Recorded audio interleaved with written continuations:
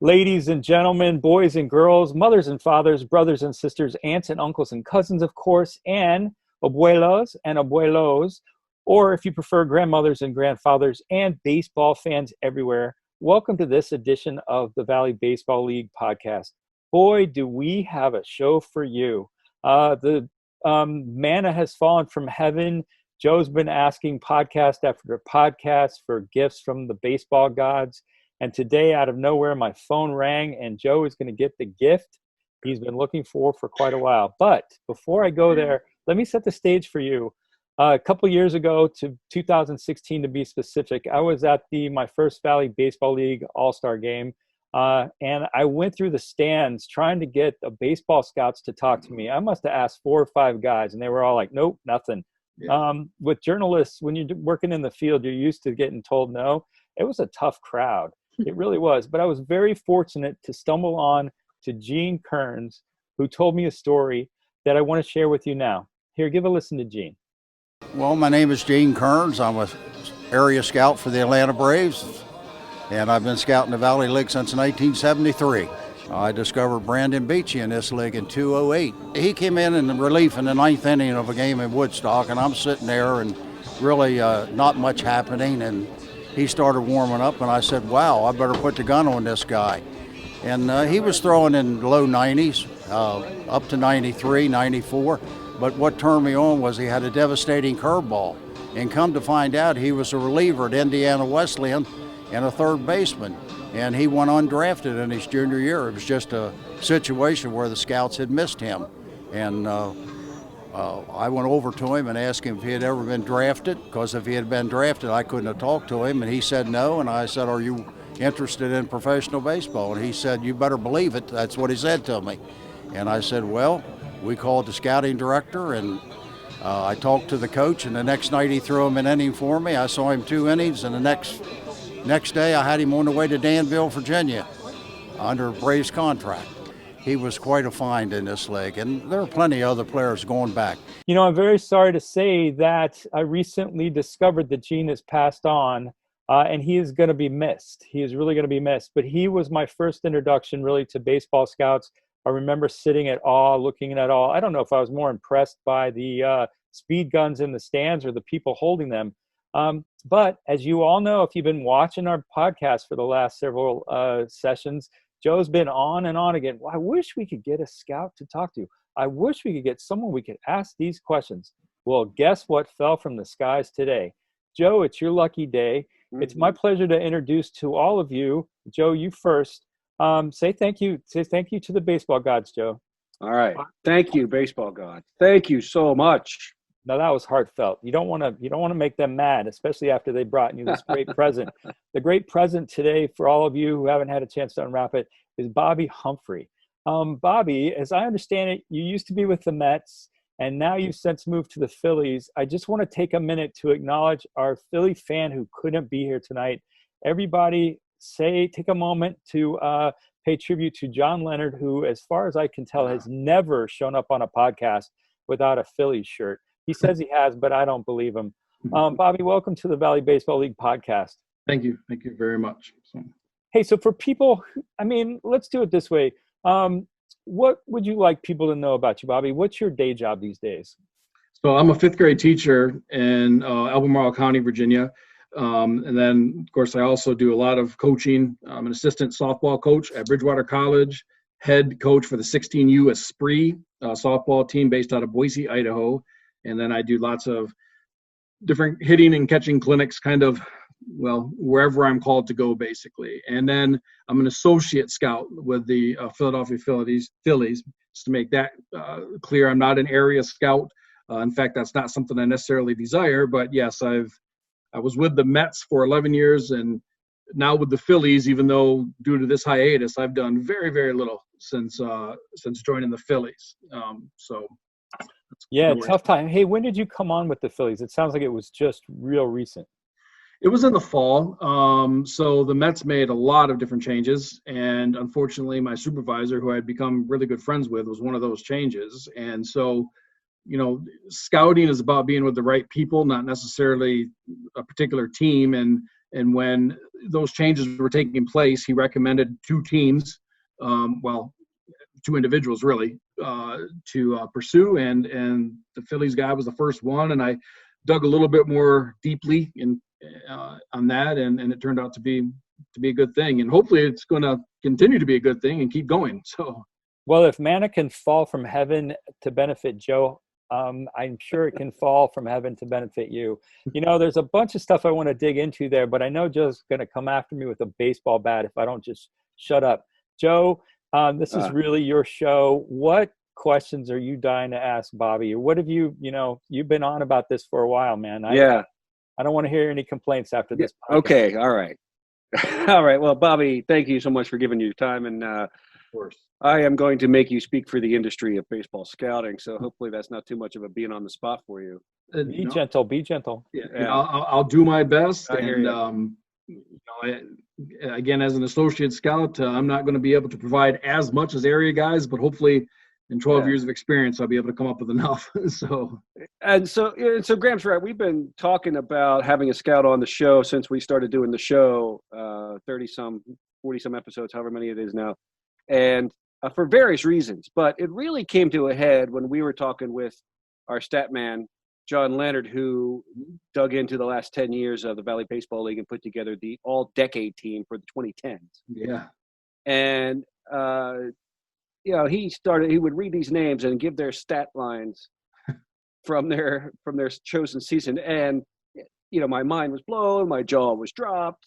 I thought I misheard him several times.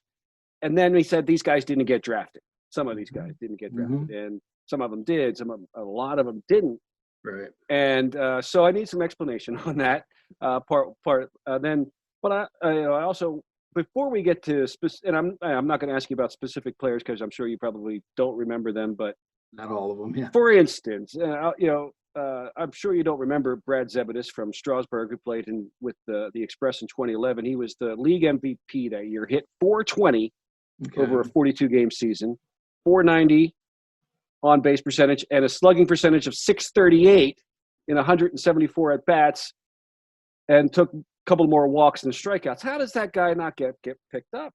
And I don't, obviously you can't probably talk to Brad, but from our perspective, looking at this whole season of a body of work, and you see a guy, a pitcher like Adam Zipko, who pitched 22 innings, didn't give up a single earned run, 13.9 strikeouts per game and 17 saves, who didn't get drafted, you got to scratch your head and think, what are the scouts looking for? What did they not see? And so let me just give you the tee it up for you here. This way, we're looking at a full season stat line. Right. You're in the stands watching a game. Mm-hmm. So very different perspectives. Tell me, when you're in the stands watching a game, what piques your interest on a player and what might dampen interest? Okay. So specifically for the Valley League, I don't go to the full, batting practice, and not every team even does batting practice before all the games. And usually I get there for infield, outfield. And when I first started this, my supervisor for the Mets said, let them come to you. So, as it gets later in the season, I might follow some guys that have those stats, for example, but stats can kind of be a catch-22 for various reasons. But basically, let them come to me if I see one either average or plus tool during infield, outfield. Maybe he hits a shot, or a home run or whatever, any play that gets my interest. Then I'll start to follow them a little bit more, grade them out, and then try to follow up with another game or two. So that's kind of how the process works. So it's really, do I see a tool, even just one at least, to initiate interest to then follow up? Red flags, your character for sure. One of the biggest things that area scouts, and again, I'm not an area scout, but one of the biggest things that they do is they have to really dig deep on that makeup, because they're putting their stamp on that. They can, if the players get to, high A or something like that, and they're not performing, well, the scout's kind of off the hook because he saw what he saw when, he was in college or high school, of course. But if there's something that should have been found in terms of character, that does come back on them. So, we watch that mound presence for pitchers, of course, how they act in failure. But it's also tough in the summer because, they potentially played, 55 or whatever plus games in college, depending on what level and how far they've gone. Now they're in the summer. It's the heat of the summer, so there is a little bit of leeway there. But red flags, body composition, and character would, I guess, be considered red flags, but it's more of a process of elimination, really. I mean, if I'm not seeing a tool, then we just, they're just not something that I give as name to my supervisors. So, can you go into when you say the word, when you see a tool, when you use that word, can you be more specific around what that means? Yep. So, of course, if it's not a pitcher, it's 5 tools of hitting, power, fielding, glove, and speed. So, and the MLB breakdown for scouts is on a 2 to 8, or sometimes they do a 20 to 80 scale. 20 is extremely bad. I mean, 20 is almost, right. Yeah. And me. Yeah. And then 80, of course, just for instance, for 80 power, you're talking about Stanton and Aaron Judge and those types of guys. So, and then 50 is major league average. So if a player gets a 50 on something, that's, it's not where they're at right now. That means that they, at that tool, at that time, they would be considered a 50 at the major league level. So if you saw that in the Valley Baseball League, that's got to be encouraging. Yeah, definitely. And, there's going to be, I'm going to write 50 a lot more for the things that are easy to pick up in a short amount of time. For instance, pitching velocity, power. If I follow up and I watch a batting practice, you can get a pretty good idea on their power. Hitting, doesn't matter how many times you watch them, area scouts will agree it is the hardest to grade, and nobody gets 50. It's usually either a 20 or a 30 because, again, it's where they're at right now.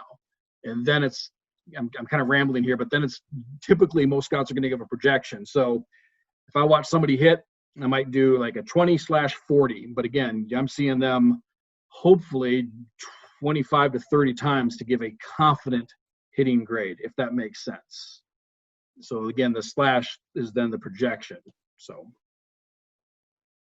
All right. So, I don't know if I'm ever going to reach a point of having been satisfied that Brad Zebedis didn't get drafted. It's hard to satisfy Joe. Let's just get that straight right now. And a guy like Gunnar McNeil, who was the league MVP in 2014, and he didn't get drafted. And let me just stop you for a second on Gunnar. So, Bobby, let's just break Gunnar down. And I know you can't talk specifics, but I've been out at the Valley Baseball League, and I watch you guys come out there, and you got your stopwatch, and you're like, yeah. And then you're like, they go to the home run derby, and nobody hits anything, and you're like, sit back in the stands. But then they announce the lineup. I want to know, how come name's not on the tool list? Because when you get a guy like Gunnar, it just seems like, he's in. Right. Sorry. Yeah. I don't have much of an answer for that one. All right. Well, anyway, Aaron's been, I don't know if you gotten a chance really to meet Erin Summers yet. She's been following the Wood Bat Leagues. She was with Coastal Plains League, following them for 10 years and done all the stuff. Aaron, here's your chance. You get to take part of Joe's Manna from Heaven. What are you dying to know from the scouts that you haven't had a chance to hear in your coverage over the last decade? Sure. Just a couple quick questions. Kind of, how much do you value their performance at school versus their performance in the summer league? They go hand in hand, but it's really kind of a what have you done for me lately? Because we're watching these kids as they go through college. Now, some of them, they're going to be sure bets. They're going to be first rounders. There's no question. But from how they do to the Valley and then how they do in school, and even vice versa, they didn't have a good year, maybe their junior or sophomore years in school, but then they light it up in the Valley. It's a hard question to answer because we might have an initial evaluation, but their stocks can go up and down, sometimes dramatically. I don't know if you're familiar with Adam Hazley at the University of Virginia, who's with the Phillies now and in the big club. He came out of nowhere, and I didn't see him in the summer or anything. And at least from my perspective, our perspective, when I was with the Mets, He was mostly a left-handed pitcher, maybe coming out of the bullpen.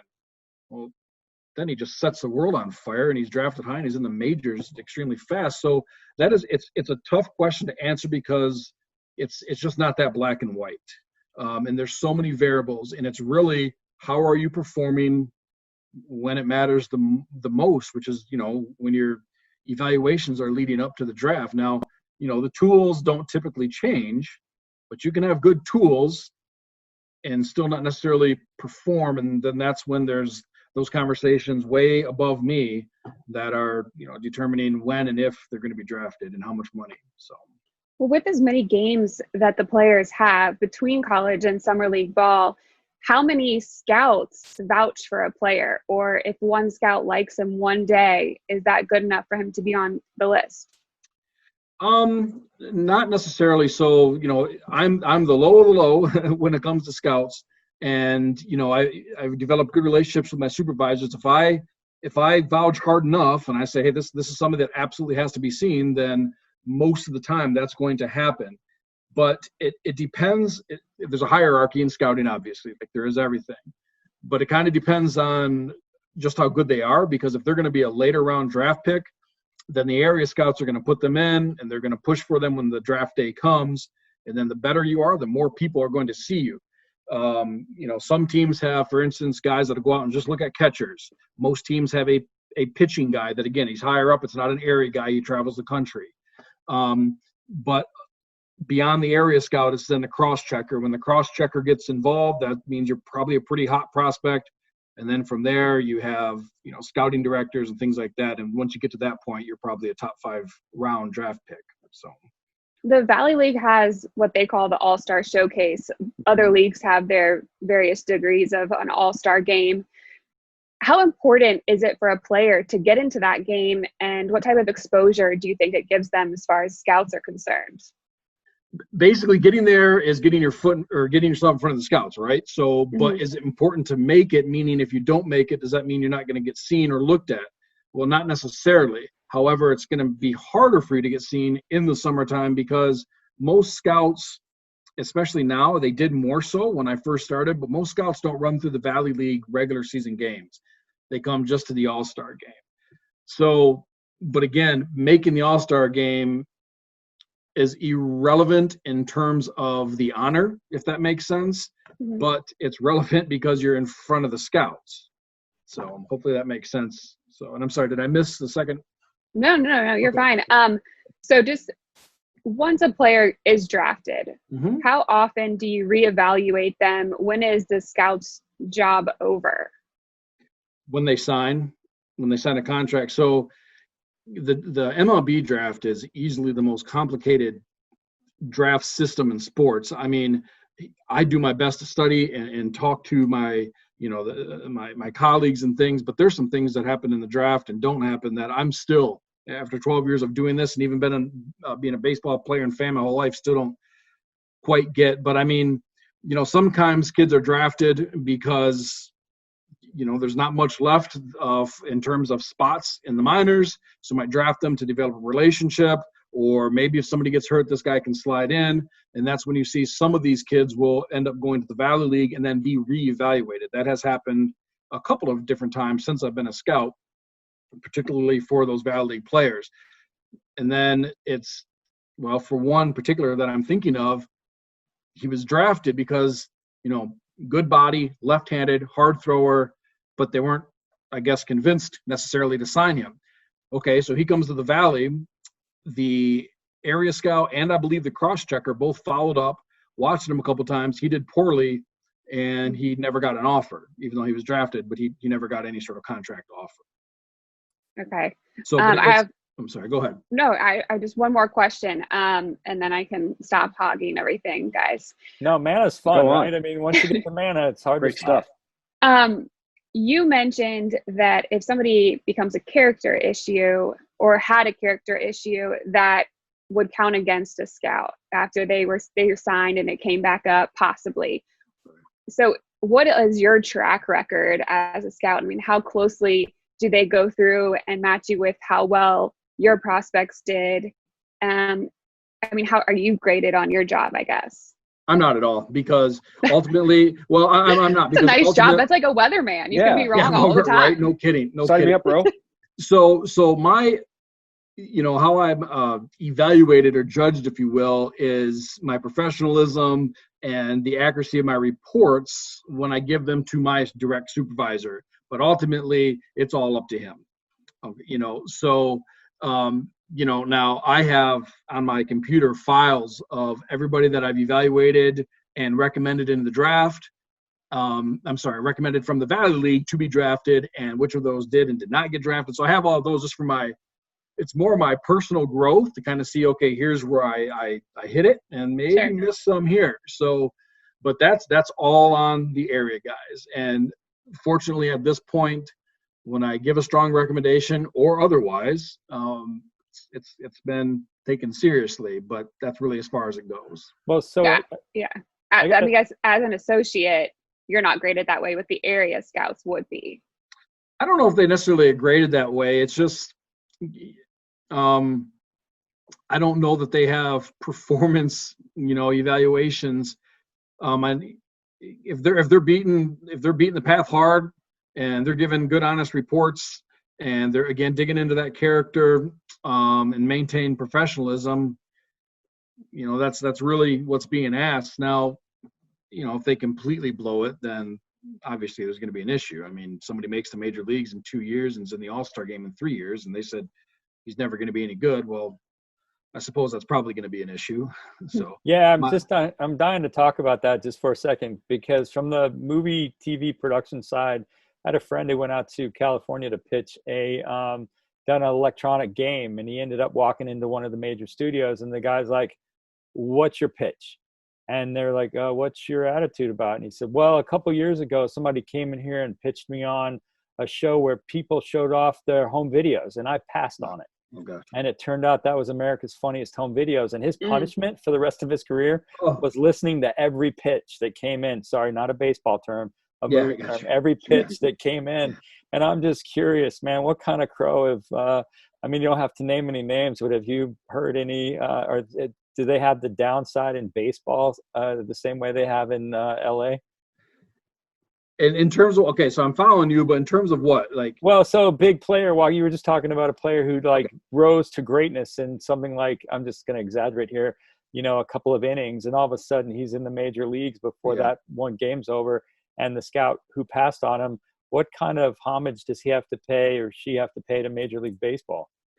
That's not even a question that I could begin to answer. I don't know. My guess is very little, because for lack of better terms, the draft and evaluations ultimately can be kind of a crapshoot too. I mean, you especially these area guys and cross checkers, they do the very best that they can, but so many things can happen when you're drafted. And I've seen, one player that's come to my mind, the last time I saw him, he could have pitched in the major leagues that night. I don't think he ever made it out of high A because he was the last time I saw him, he was 98. With his fastball, and I think I graded him a 70 slider. Now that does not happen. That is if I give a 70 on something, I'm typically going to get laughed at. But he was lights out that night, and then all of a sudden stopped throwing strikes when he got to the minors. So there's so many things, and it really it becomes more about the player's responsibility once they get there. And there's so many different things, whether they can't handle the pressure or what does money do if they're a high draft pick, those types of things. So. And there's been a couple of guys that have gone undrafted that are right on the verge of the majors as we speak, which that doesn't happen often, but there's from the 98 mile an hour pitcher I just mentioned to undrafted. There's so many unknowns. Hey baseball fans, Erin Summers here. I hate to interrupt the conversation, but the Valley Baseball League would like to take a few moments to recognize our sponsors. We'd first like to thank New York Times best-selling historical romance author and BBL Uber sponsor Grace Burrows. For 3 years now, she has helped make our live streams possible. Be sure to visit graceburrows.com. That's Grace, BURROWES.com, to say thank you. And please note that Grace is wishing everyone in the VBL family the best of happily ever afters.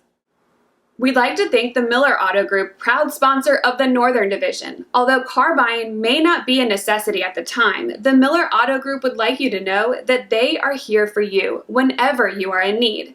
If a new or used vehicle is not the priority, but service is, feel free to schedule an appointment online at your convenience. Visit them at drivemiller.com. That's drivemiller.com to find the sales, service, or parts you need.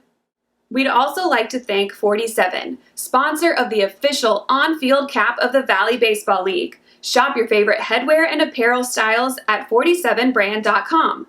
They also make official Major League stuff too. So if you're missing your favorite MLB team right now, just think 47brand.com.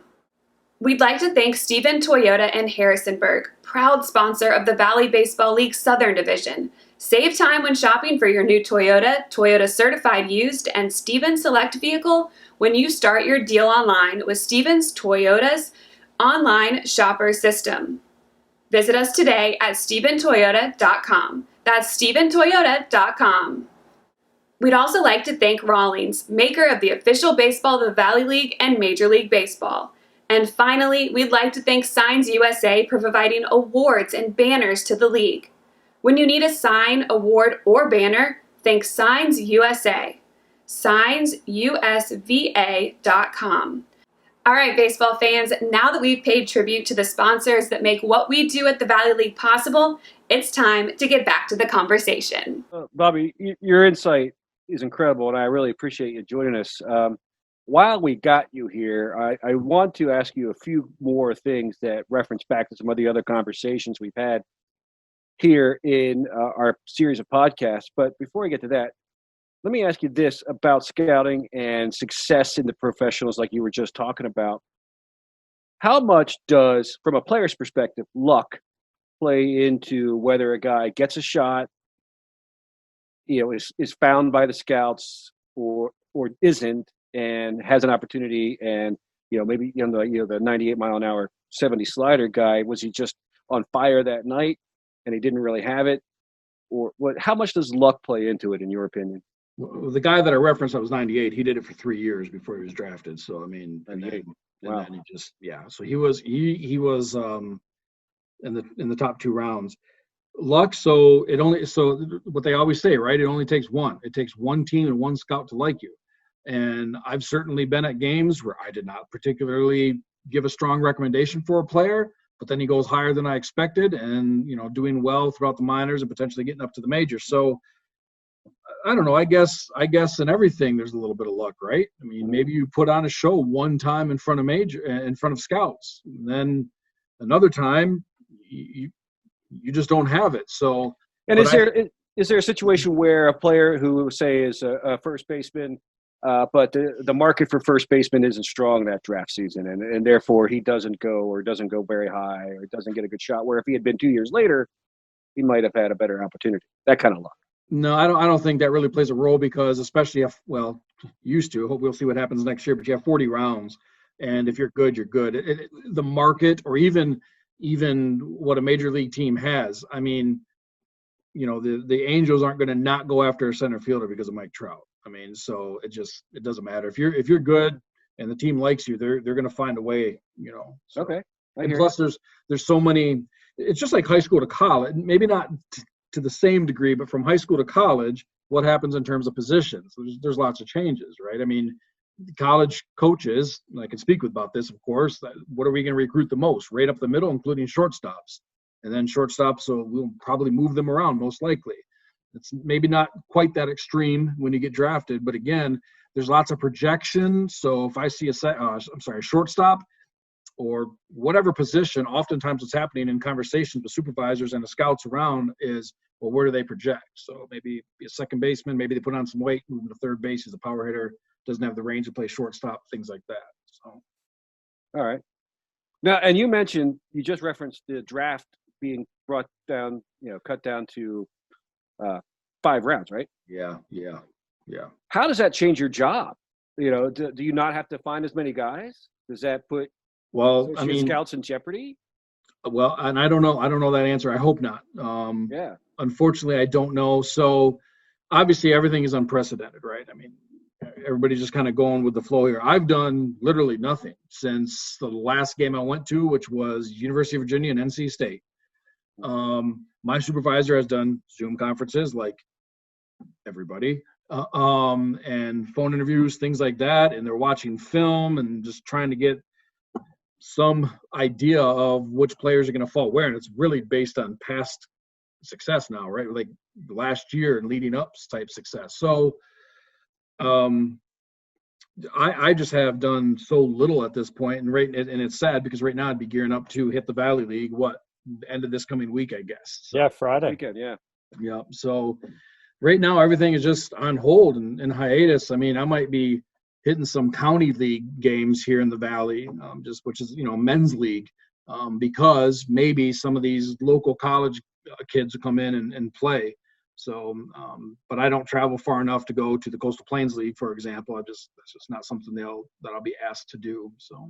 Yeah, we've heard rumors that Rockingham County, I think, is still on to play, and Coastal Plains League was talking about starting, I think, 1st of July. Yep, exactly. And I found that out because there's one player that's he's good, and he's going to be on everybody's radar next year. And I have a relationship with the family, and selfishly, I was hoping that since there was nowhere to play, at least I thought, that he'd maybe end up just playing in the county league. But he's scheduled to play in Coastal Plains. So, well, Bobby, go ahead, Aaron. Go ahead. Well, yeah, but just with the decrease of the draft to 5 rounds, does that put more pressure on the scouts to find the good guys that are out there? No, I don't think so. I think what it does more than anything is take away some opportunities for guys that and Adam Hazley, for instance. If this happened when he was drafted, how high would he have been drafted at only playing through March? So no, I don't know if the pressure is any more so on the area scouts because there's only 5 rounds. I mean, you're talking the entire scouting department is going to know exactly who is drafted. So, and before they might know, these later round picks by name and school only. They're not going to have detail. Well, the area scouts will, of course, but they're the guys at the top aren't going to have, really solid background. So no, I think everything really impacts the players more so. And it's too bad, but it's, it is what it is, I guess, even though I hate that saying. Yeah. Well, let's touch on analytics just for a second. I had heard a couple years ago that many of the major league teams let go a number of their scouts. I don't know if that's true or not. I believe it, but that's more faith than it is fact. I'm just curious, how are the analytics changing what you do? How much of it's is the human element still there? Has that impacted you much? The human element is definitely there. It has not impacted me as much, but there is some truth to some scouts being let go. Some teams, as I've discussed with my supervisors, some teams are very driven analytically. So, but that's just not something. Fortunately, that's not something that is changing how I scout my responsibilities. I'm still the 20/80 scale, and by the way, the 20/80 scale is also for each pitch for pitchers, as I kind of alluded to. But anyway, so for me personally, the direct answer is no. It hasn't impacted me. Things tend to swing, right, in life, left and right and left, whatever. And a lot of guys, a lot of fantastic baseball minds but have a very, very strong feeling that we can't be so heavy on the analytics side, because can you pitch and can you hit or can you not? Your spin rate and things like that. Yeah, that's all good and everything, but can you get batters out? Can you locate? Can you pound the zone? Those types of things. So, and analytics are certainly helpful, but I think both ends of the spectrum, as is often the case in many things in life, I think both ends of the spectrum need to have a common ground. So it's not a Moneyball situation where, we all saw the movie with Brad Pitt and all the older men in the room are all grumpy because they don't want to buy into the analytics. There's some of that. There's coaches, right, that are kind of, very, very vocal about the analytics as well. And that's again why I think there just needs to be a common ground. But it's something for especially the older generations that's newish. And I had the opportunity to sit next to a former MLB catcher that played way back in the day. We're talking with like the Willie Mays and things like that, and he was not interested in those types of numbers. He saw what he saw when he was scouting the top catchers in the country, and he was very old school, which I appreciated. So. Yeah, well, I was just talking to Kevin Anderson recently, and he was sitting down with Mo Weber, who was late in life and was losing his eyesight, and Mo had to have help coming into the stands and was sitting there, and apparently they're watching the game. I think Mo's more listening than watching. And Mo leans over to Kevin and says, "This guy can really hit." And Kevin kind of looks at him and says, "What's the deal?" And he said, "I can hear it. I can hear it. Yep. Absolutely hear it." Hey, let's do one last round. Joe, this is your last chance. What are you dying to know? Well, Bobby, you work for a major league organization as an associate scout, Philadelphia Phillies, and you scout the Valley League, and you're very familiar with our league, and you live here in the league and so forth. Yep. We were talking recently about the changes that Major League Baseball and now the college game are just thinking about making. For instance, Major League Baseball is thinking about slashing the minor league system. College ball is thinking about extending their season into June. Yeah. That neither of those things sound like the college summer league and the Valley League are going to be able to adapt to overnight. So, from your perspective, having a foot on both sides of this, at least on the major league side, what role or how important is college summer league ball to the major leagues? And if the minor leagues get slashed, will that role be changed? I'll answer that part first. As far as the minor league slashing, I don't know. Obviously, it's just going to cut down on draft picks. Of course, the domino effect, which would be obviously less players. As far as the importance of summer league, man, my guess. That's a big question. Yeah, well, my guess is you could ask 30 different area scouts. Well, there's area scouts all over the country. You could ask 30 different organizations. They probably all have differing opinions. Is it important for the draft? It gives you further opportunity, so I can say that. But if we're looking at Johnny Smith out of the University of wherever, and he doesn't play summer ball, is that going to have a negative impact? Most likely not, unless it just, unless he doesn't work out and stops hitting or whatever the case may be. So unfortunately, and again, I wish you guys could get other opinions, and I hope that you do. Okay.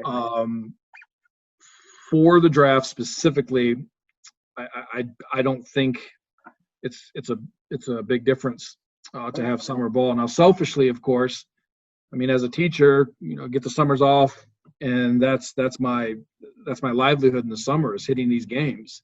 And I saw an article, maybe the same one that you're speaking about, as far as extending that season. And I know some of the coaches are all for it.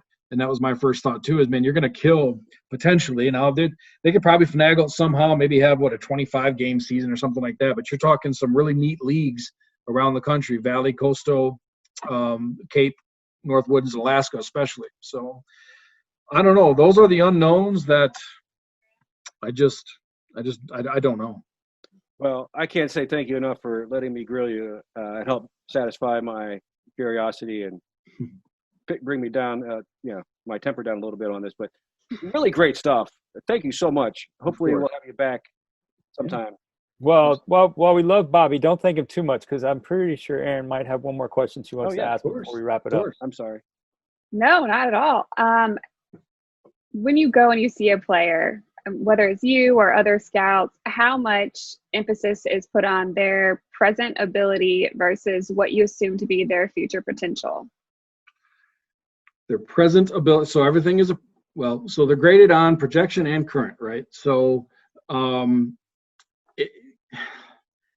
again, it's going to depend on kind of where they're falling in terms of their slot, their draft pick. I mean, you take a waiver on a kid that's going to be drafted late because you saw him produce or do something special one game, but the ones that are drafted higher, they have a series of games and at bats, and they've been followed for years. So, because we see a lot in the Yeah. NBA, they do draft on potential a Right. ton.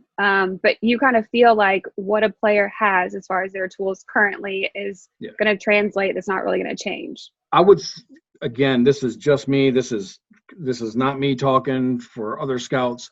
I would think that what you're doing right now and the production that you're doing right now is probably more important in baseball than it is like the NBA and the NFL, because you, obviously in the NFL, if you're 6'5" and you run this and you're this strong, but you don't have great technique and you didn't necessarily perform, you could still find yourself drafted. Now it's kind of the same in baseball. I mean, if you have 70 power or even 80 power, you're probably going to get your shot, but most typically it's production.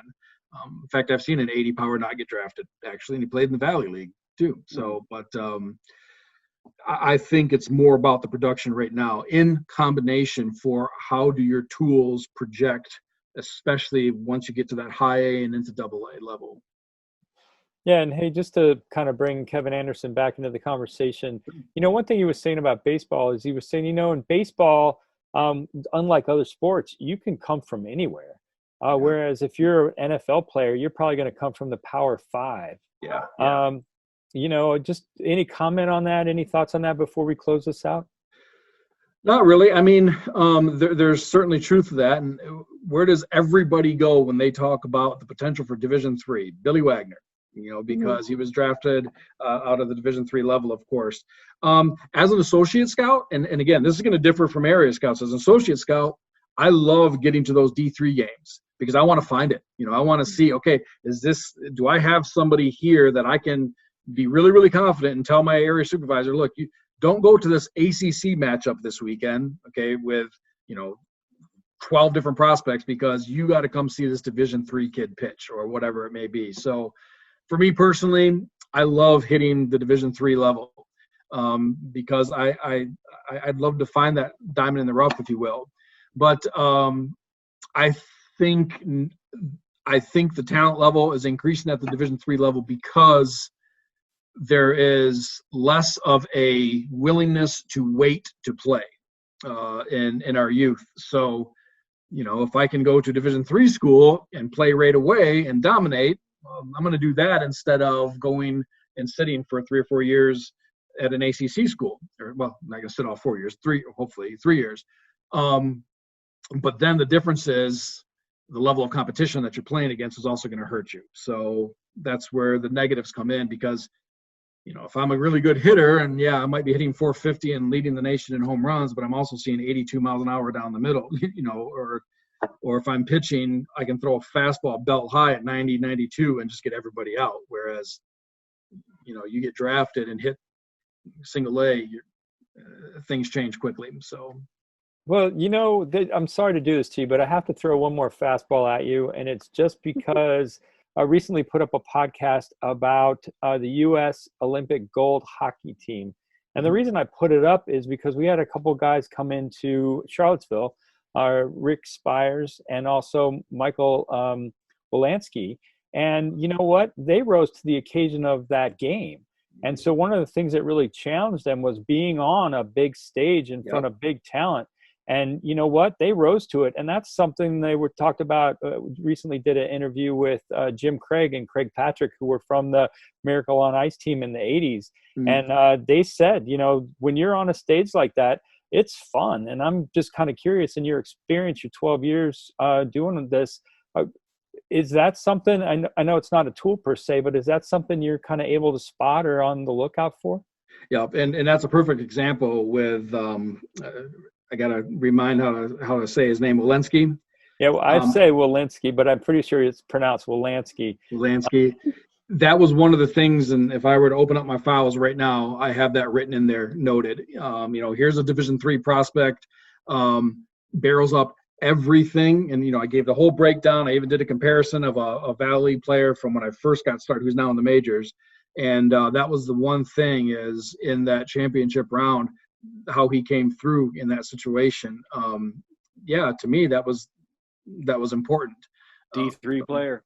Yeah, exactly. And I mean, I was pretty high on him. I liked him and I can say that now because he's gone and doing his thing. But he was my favorite prospect that year to watch, because I think Jeff told me, if I'm remembering my players correctly, Jeff told me to go see this kid, and they were playing up in Woodstock. And I was like, man, I didn't want to go up to Woodstock. It was hot that day, and I was like, oh, Division III kid. I was like, but it's Jeff Burton, and I trust Jeff and Corey. So I drove up there, didn't see hardly a thing when I went. It's like, oh my goodness. But again, it's about trusting your colleagues, and when you find those people that you do trust, you rely on them. So I went again, and then I started to see it. So yeah, he was fun. Well, we got to get John Leonard on the show with you next time you're on, Bobby. You guys can talk D3 ball and Phillies. yeah, absolutely. Yeah. Well, listen, Bobby Humphrey, I can't thank you enough. I want to thank my colleagues, Aaron Summers and Joe Harman, for joining in this conversation. Thank you. And I want to close it out this way. I want to dedicate this particular podcast to Gene Kerns. He was nice to me that day, and I'm grateful for his time. And Bobby, I'm grateful for yours and for helping us all get a better perspective on scouting and the Valley League. For all of us here at the Valley Baseball League, thank you for your time. As we say over and over again, we wish you perfect health, and we wish you all a speedy return to the baseball diamond. Until next time, I'm Graham Knight for Aaron Summers, Joe Harman, and Bobby Humphrey tonight. Have a good night. And thank you. Gene Kerns, rest in peace. Absolutely. Thank you.